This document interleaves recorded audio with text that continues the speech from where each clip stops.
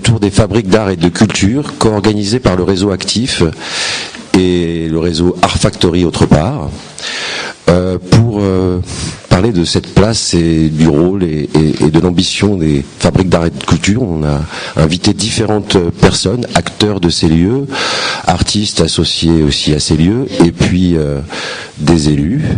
Donc je vais vous présenter un petit peu tous ceux qui vont intervenir, et puis au fur et à mesure on laissera de l'espace pour la salle et pour débattre.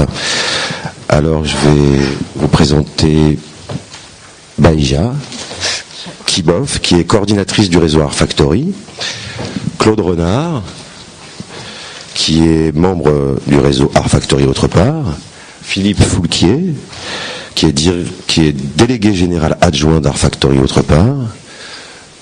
Il y a Philippe Cameau, par ici, qui est conseiller régional du Parti communiste français et secrétaire de la commission culture à la région Île-de-France. Vous avez Jérôme Impellizieri, qui est conseiller régional Parti socialiste et président de la commission PAC à la région Île-de-France. Corinne Ruffet, Europe Écologie Les Verts, qui est déléguée nationale à la culture et à l'éducation populaire, qui est conseiller régional Europe Écologie Les Verts et présidente de la commission culture région Île-de-France. Il y a également Alain Ayot qui est excusé, et Jean-Jacques Barret, qui est membre du secrétariat national de la culture au Parti communiste français et animateur du collectif Culture. Mélanie Labesse, qui est ici et qui est coordinatrice du réseau Couac, un réseau Midi-Pyrénées d'acteurs culturels. Et puis vous avez non, mais parce qu'il y a quelques personnes qui sont pas là. Normalement, nous attendons Judith De Paul aussi également. Ah, voilà, enfin. Bonjour Judith, qui est directrice artistique de la compagnie Ma Belle Octobre. Et puis Jacques-Philippe Michel, qui est coprésident du réseau Actif et qui travaille à la Gare au Théâtre. Et Laurent, du collectif 12, Vergniaud, du collectif 12. Donc voilà, je vais vous laisser la parole. Et moi, je suis Mathieu Malgrange du réseau Actif. Voilà, je passe la parole à Jacques-Philippe pour présenter un petit peu ce débat et ce contexte. Allô, bonjour à tous. Donc effectivement, là on va rentrer très vite dans le vif du sujet, juste pour certains d'entre vous qui ne nous connaîtriez pas. Nous allons juste nous présenter, donc nous au nom d'Actif, et puis Philippe ou Claude ou Baïja, pardon, au nom d'Art Factory autre part. Donc en fait, Actif est un réseau francilien de lieux intermédiaires qui regroupe aujourd'hui 25 membres à l'échelle des 8 départements qui sont implantés un petit peu partout sur les départements franciliens. Nous sommes un réseau assez divers avec des particularismes. Il y a des lieux qui travaillent plutôt sur l'édition, d'autres sur le spectacle vivant. Enfin, on a vraiment l'ensemble des champs qui sont couverts par ces membres du réseau, et nous avons je dirais une base commune de valeurs, de modes de fonctionnement, d'approche et de mise en partage de l'outil, qui fait que nous nous sommes retrouvés autour de principes de mutualisation et de mise en réseau, donc de nos moyens, de nos compétences et de nos réflexions. Voilà, donc je vais passer la parole à Baïja pour nous présenter Art Factory autre part.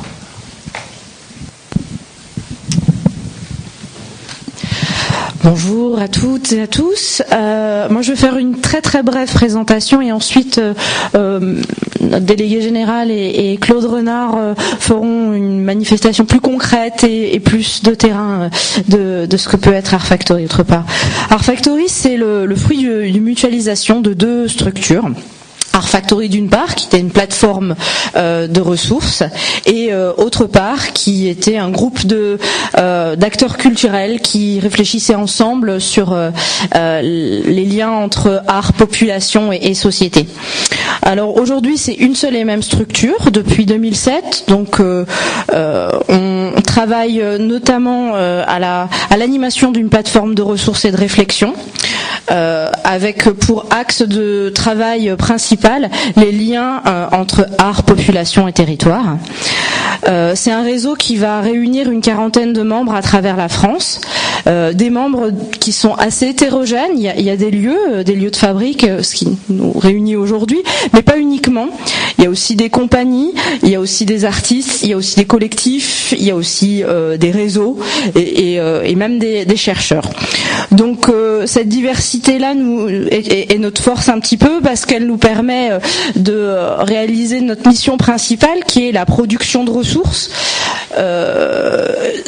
à travers plusieurs outils, notamment des ateliers de réflexion thématique qu'on organise 4 à 5 fois par an, des rencontres et des débats publics qui donnent lieu très très souvent à des actes, et la coordination de publications. J'ai largement déposé à l'entrée la dernière publication, Quartier, les projets participatifs dans la politique de la ville, que je vous invite à prendre, à diffuser et autour de vous. Donc voilà, ça c'est un petit peu nos champs d'investigation. On a d'autres cordes à notre arc évidemment, mais voilà, je vais pas en faire une présentation exhaustive. N'hésitez pas à venir me voir si vous souhaitez en savoir plus. Voilà. On va passer la parole à Laurent Vergniaud.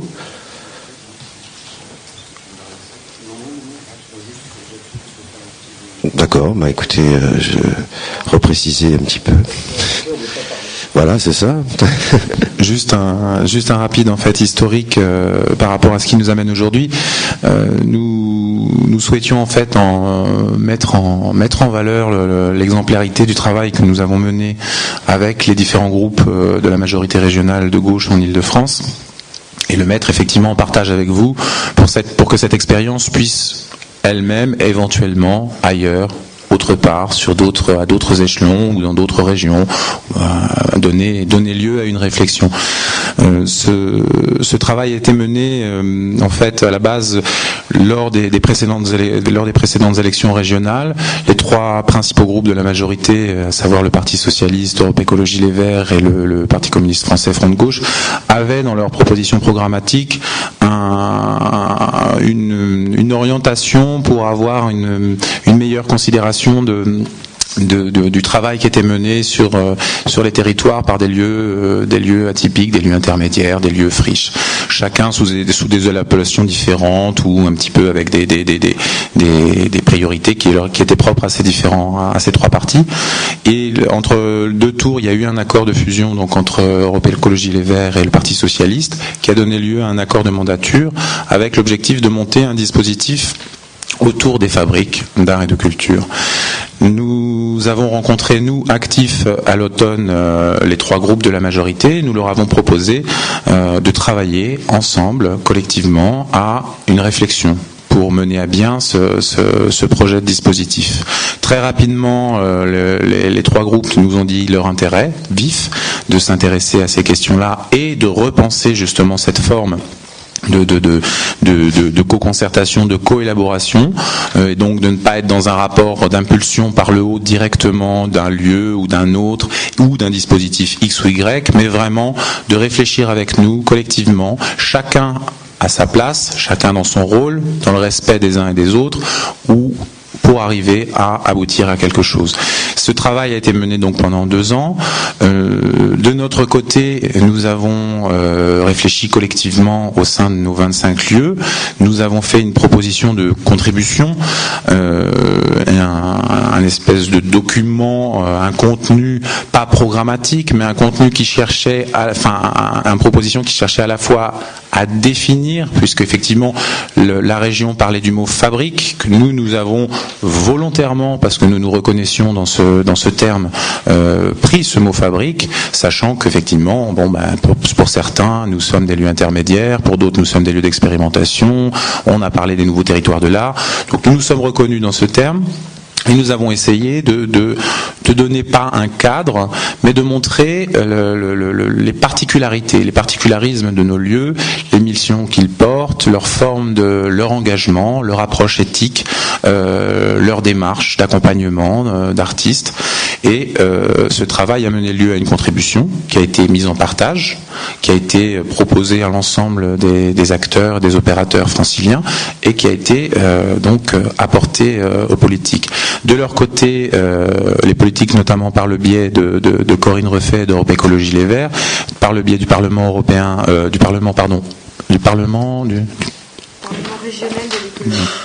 régional de l'écologie. Merci Corinne. Ont proposé de mettre en place des ateliers. La région, par le biais de son vice-président, s'est associée et a donné mandat à Corinne Refait pour porter ce travail.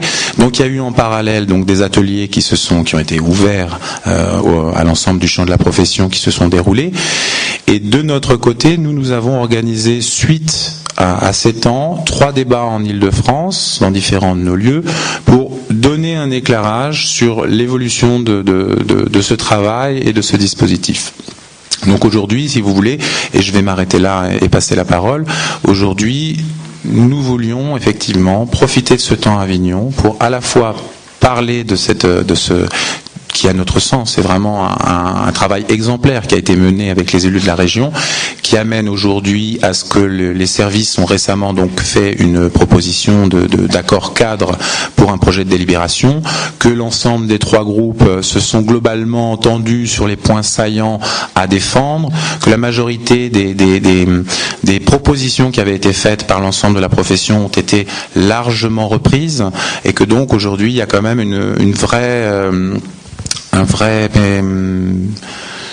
excusez-moi le terme, pas plaisir, mais en tout cas quelque chose de très agréable, de très profitable à voir que dans une écoute, dans un respect des uns et des autres, nous avons réussi à construire un dispositif intéressant, et nous pensons que c'est utile aux uns et aux autres sur nos ancrages différents de réfléchir à cette forme de collaboration avec les pouvoirs publics.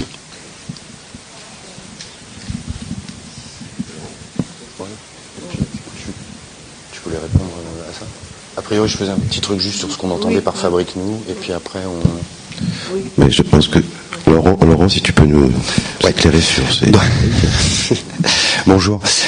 Donc juste pour très brièvement, on s'est dit quand même, à partir de ce que vient de raconter Jacques Philippe, on avait envie de faire un petit point sur ce que finalement nous on appelait Fabrique, et un petit peu comment ça s'est fait, et vers où on avait envie d'envoyer cette question. Donc justement aujourd'hui qu'on a traité, qui est en cours en tout cas d'évolution au niveau régional, et qui nous paraissait intéressant de porter dans une réflexion plus générale sur les politiques culturelles en France. Donc il y a ce document à disposition, je ne sais pas si tout le monde l'a, qu'on a mis 1 an ou 2 à rédiger, à la fois avec des concertations publiques, des réflexions, des concertations avec les élus. Donc je ne vais pas reprendre tout ce qui est écrit là-dedans. Mais juste essayer d'en faire un petit résumé. Donc le projet de mandature effectivement de la majorité régionale portait l'idée de développer des aides aux fabriques de culture. Ce qui n'a pas manqué, c'est une chose intéressante évidemment, de donner lieu à un certain nombre d'ambiguïtés, puisque fabrique ça peut vouloir dire beaucoup de choses, et un très grand nombre de lieux de tout type dans la région parisienne pouvaient se reconnaître dans cette idée, c'est-à-dire des endroits où on fabrique du théâtre, de la danse, de l'art, des choses comme ça. Nous, à Actif, il nous a semblé, je pense c'était aussi comme ça dans l'esprit des élus, que néanmoins il y avait là dans ce projet de soutenir les fabriques quelque chose qui permettait de revenir ou de remettre dans le débat public, dans le débat des politiques culturelles, une réalité qui était vraiment très négligée depuis une dizaine d'années, à savoir des choses qui ressemblent à ce que sont nos lieux, on a pu appeler nouveaux territoires de l'art, en partie lieux intermédiaires, etc.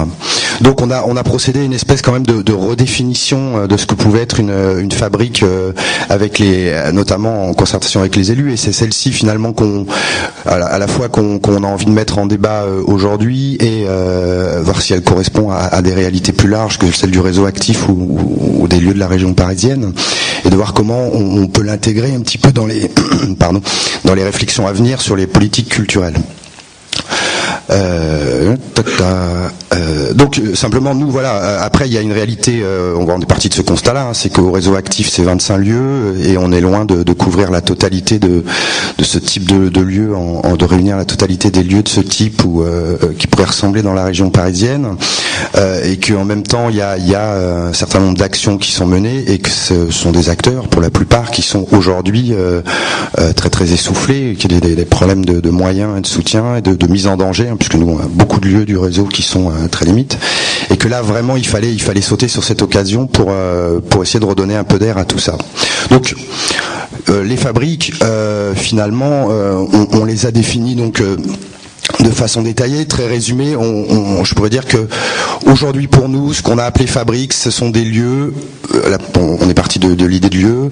Ce sont des lieux, la plupart du temps impulsés par la société civile, au sens par des artistes ou des opérateurs, mais partant de leur propre initiative, souvent choisissant leur lieu d'implantation, choisissant les murs, leur façon de travailler, parfois rejoints par les collectivités locales, mais de façon très ponctuelle, sans dispositif toujours très défini.